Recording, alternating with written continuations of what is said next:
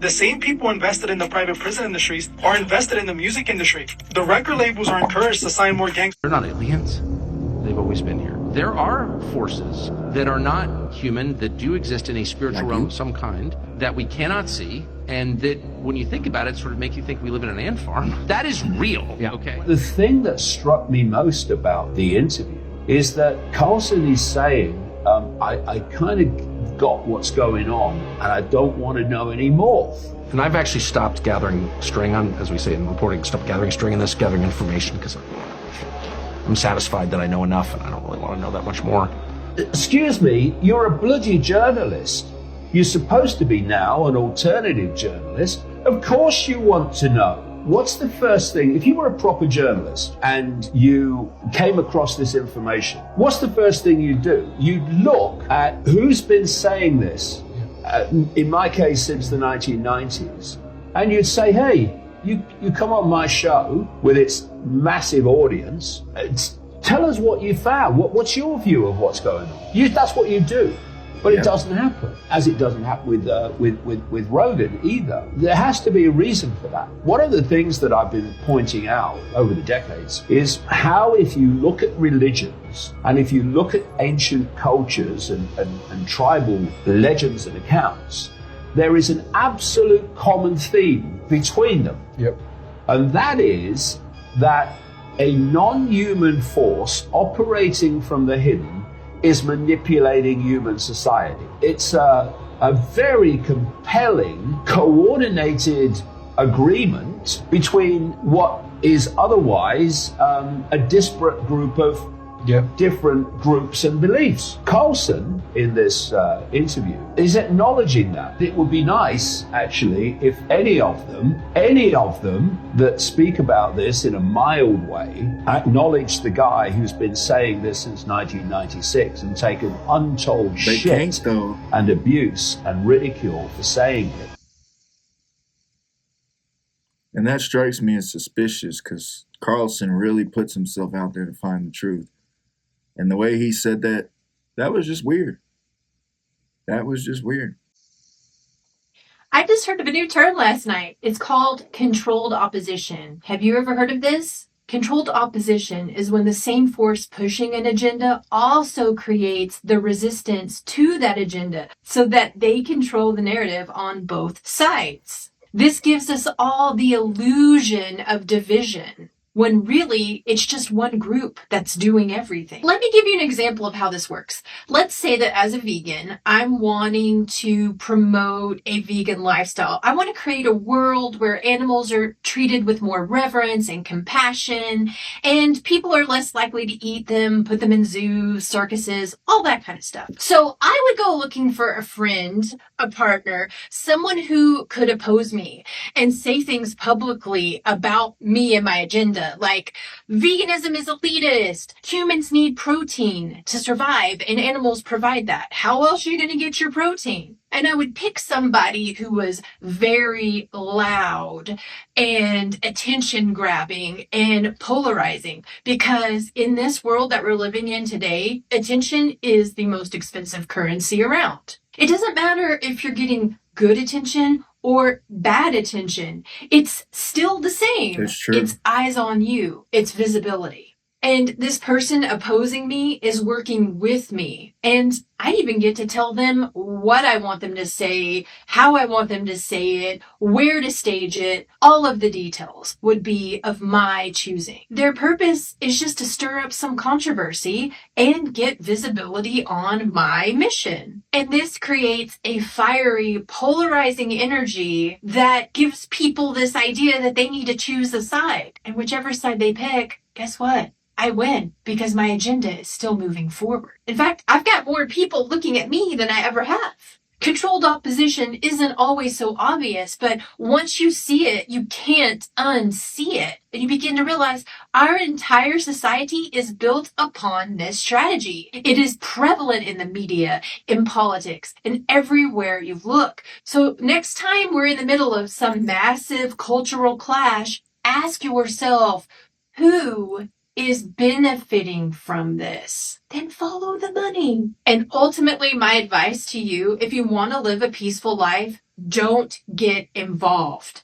Don't feed the fear. Don't waste your precious energy. Instead, choose peace, choose love. And ultimately, it doesn't matter what side you're on. That's what we all want deep down inside. And this actually works really well. I'm going to tell y'all something that I did the other week, last week actually, as an experiment for this video. I actually run an automated channel, and I did a video on Candace Owens and Erica Kirk beefing. And there was someone that was like, they were like Team Candace, and there was someone saying Team Erica. So I went under my other profile and I started commenting back to the person that said Team Candace. I was like, whatever, Team Erica. And then the person that said Team Erica, I got on there and I was like, Candace Owens is your daddy. And upon doing that, that was able to get me a lot more views and stuff. Actually getting away from that, I don't actually want to do that. But it's funny how well you can get people to snap or get angry, and they keep you in the frame. I mean, bro, when's the last time we went outside on the grass barefoot? When's the last time we went for a walk? It's getting ridiculous. Kanye West is a joke. He's a clown. What happened? Okay, no, he's a clown. He is a part of the Illuminati, a major part. He killed his mother. My mom ain't here. My mama was sacrificed. Michael Jordan, what about him? His daddy, Bill Cosby, his son, Dr. Dre, his son. Out in Hollywood, a lot of people come up missing. And by killing his mother, it still didn't do him any good because he's still in a fight for money with Adidas. He's a liar. He's a terrible liar. He started that thing, the race war. Listen, he wanted to start a race war. But his PR and timing said this is not the time. So they came right in, swooped in, cleaned up the mess. And then what did he have to do then? Because you have hyper black people. It's hard to calm us down when we get hype. So what do? Hyper more. You guys are Israelites. As if you didn't know when you was in fucking elementary school in church. The little book showed the little black men walking with the camels. Y'all didn't know that? Fred Sanford show back in the day showed that. So you did nothing. You told nobody nothing. And then if you tell them all that, tell them how to walk. Tell them how to talk. You ain't doing that. But what you did do, you killed your mama. You sold out your soul because you said it yourself. I sold my soul to the devil. But you have people to and raise the lighters. Watch this. Watch this. Real quick. Sidebar. When you're at a concert, those people are up on the stage, correct? You're down. You're enlightening them, correct? And praising it, and falling out. When you're at an opera, they're low. You're high. Think about it. I'm going to leave it right there. Kanye West told everybody to get rid of their Balenciaga. Kimberly is fucked up with Balenciaga. She done sold her soul. And then he turns around and get his new wife to do what, y'all? Y'all know about it, right?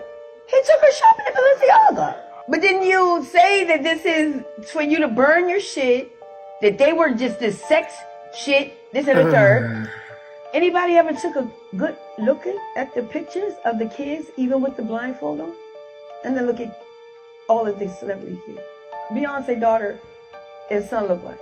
We'll leave it alone. She wears Balenciaga. Cardi B wears Balenciaga, all of them to this day. So that was just a game that everybody knew to play.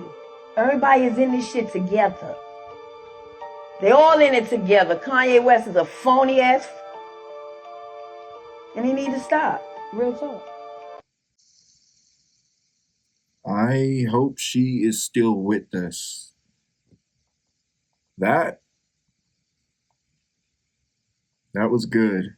Puffy is in jail because he sued Diageo Liquor Company, one of the most powerful liquor companies in the world. He sued them and forced them to settle out of court. And he also started a Black Horse political party.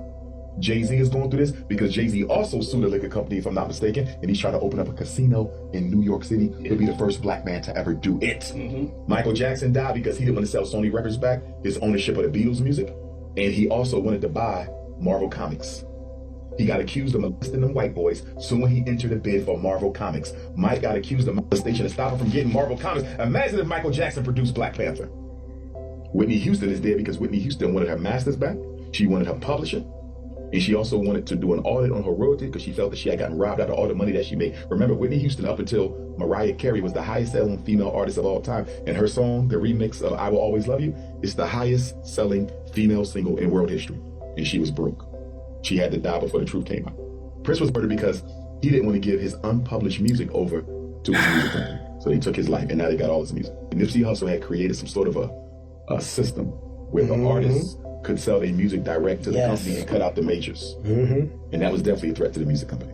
Kobe Bryant was murdered because Kobe Bryant was starting his own sneaker brand that was going to compete with Nike, and he was starting his own professional basketball association that was going to be headquartered where? China. He had to die. America was not going to let Kobe Bryant start a professional basketball league in China. Hell no. And Nike wasn't going to let him come out with a pair of sneakers that was going to undermine Nike's authority over the sneaker game. They killed Kobe. They killed Jimi Hendrix, the black guitar player, because Jimi Hendrix's manager was a British Secret Service agent, and Jimi Hendrix was going to finance the Black Panther Party. Once they found that out, he died, just like Whitney Houston, from a so-called drug overdose in the bathtub in the hotel. It's never what you think it is. It's never what you think it is. That's how I felt about Young Dolph. He was getting too powerful for the music industry. He was literally starting, he had his own record label. It was getting big. It was getting big. And the net worth, the value worth of it, think of what it would be now. It would be probably over billions of dollars. And then also, let's not forget, rest in peace to XXX Tentacion as well. If you don't remember that gentleman, he was executed while trying to buy a motorcycle. And had he had not died and blown up, he would be bigger than Drake. I liked some of his music. He wasn't my favorite artist, but even I know he would be bigger than Drake. Maybe even Michael Jackson. And everyone's like, his fans, you don't want to mess with them. You don't want to mess with them. And I feel like he had to go. He had way too much influence. Didn't I tell y'all when y'all see this face that I'm about to drop a truth bomb on you? Candace Owens. Should have known that you was a controlled op. Y'all check out these clips. You exposed, Candace. You are exposed. She's just another controlled opposition puppet. Candace Owens was definitely planted in the right-wing conservative media space. This is easy to see and hard to deny. She literally came out of nowhere and was being tweeted out by Kanye West and being invited on Fox News. That was the first obvious red flag and clear indication that she is controlled opposition. The system only bigs up those a part of the system. If Candace wasn't a part of that system, she wouldn't be tweeted out by Kanye or being invited on Fox News. She definitely wouldn't have 4 million followers or have that much algorithm support on YouTube and social media. All of this attention she is receiving proves the machine is pushing her. After looking deeper into her, I was able to find definitive proof that she's controlled opposition. See, Candace Owens was initially releasing her shows through a platform called Praise For You. Her Candace Owens show was hosted on there from 2018 until 2021. Praise For You is basically controlled by the Wilks brothers, 2 billionaire brothers who invested over $8 million in that company. These billionaire elites, who made their money in petroleum, used PagerU to push whatever propaganda they wanted to push. Candace was just another mouthpiece to push whatever propaganda they wanted. In fact, Candace Owens even rallied for the private prison industries, the people who have monetized incarceration and has used shady techniques to increase the number of inmates they get. For example, like I explained before, the same people invested in the private prison industries are invested in the music industry.